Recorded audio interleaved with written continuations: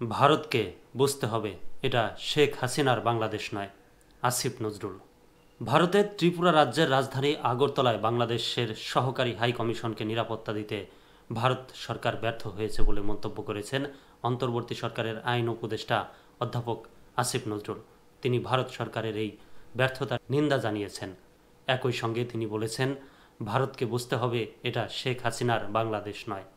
গতকাল সোমবার রাতে নিজের ভেরিফাইড ফেসবুক পেজে দেওয়া এক পোস্টে আসিফ নজরুল এসব কথা বলেন। গতকাল আগরতলায় বাংলাদেশের সহকারী হাই কমিশন প্রাঙ্গণে ঢুকে হামলা চালানো হয়। বাংলাদেশের সংখ্যালঘু নির্যাতনের অভিযোগ তুলে হিন্দুত্ববাদী সংগঠন হিন্দু সংঘর্ষ সমিতি সহ কয়েকটি সংগঠনের সমর্থকেরা এই হামলা চালান। একই দিন মুম্বাইয়ের বাংলাদেশ হাই কমিশনের কাছাকাছি বিশ্ব হিন্দু পরিষদের আয়োজনে কয়েকশো লোক বিক্ষোভ করেন। হিন্দু সংঘর্ষ সমিতি হল ভিএইচপির সহযোগী সংগঠন। ভারতের পররাষ্ট্র মন্ত্রণালয় আগরতলার ঘটনাকে দুঃখজনক উল্লেখ করে বিবৃতি দিয়েছে। তারা বলেছে, কূটনৈতিক ও কনসুলার সম্পত্তি কোনো অবস্থাতেই লক্ষ্যবস্তু করা উচিত নয়। নয়াদিল্লিতে বাংলাদেশ হাই কমিশন এবং দেশটির অন্যান্য স্থানে বাংলাদেশের উপ ও সহকারী হাই কমিশনের নিরাপত্তা ব্যবস্থা জোরদার করার জন্য ভারত সরকার ব্যবস্থা নিচ্ছে। তবে আগরতলার হামলার বিষয়টি পূর্ব পরিকল্পিত উল্লেখ করে নিন্দা ও কড়া প্রতিবাদ জানিয়েছে বাংলাদেশ।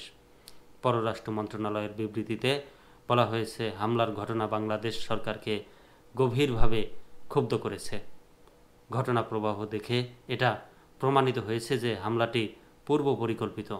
এ ঘটনা কূটনৈতিক সম্পর্ক বিষয়ক ভিয়েনা সনদের লঙ্ঘন।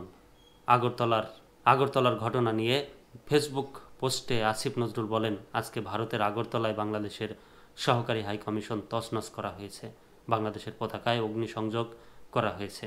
হিন্দু সংঘর্ষ সমিতি নামে একটি সংগঠনের সদস্যরা এই ন্যাক্কারজনক ঘটনা ঘটিয়েছে।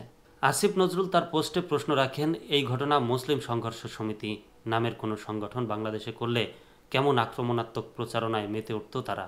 আন্তর্জাতিক আইন অনুসারে ভারতের মাটিতে বাংলাদেশের সহকারী হাইকমিশনকে পরিপূর্ণ নিরাপত্তা দেওয়ার দায়িত্ব ভারতীয় সরকারের বলে ফেসবুক পোস্টে উল্লেখ করেন আসিফ নজরুল।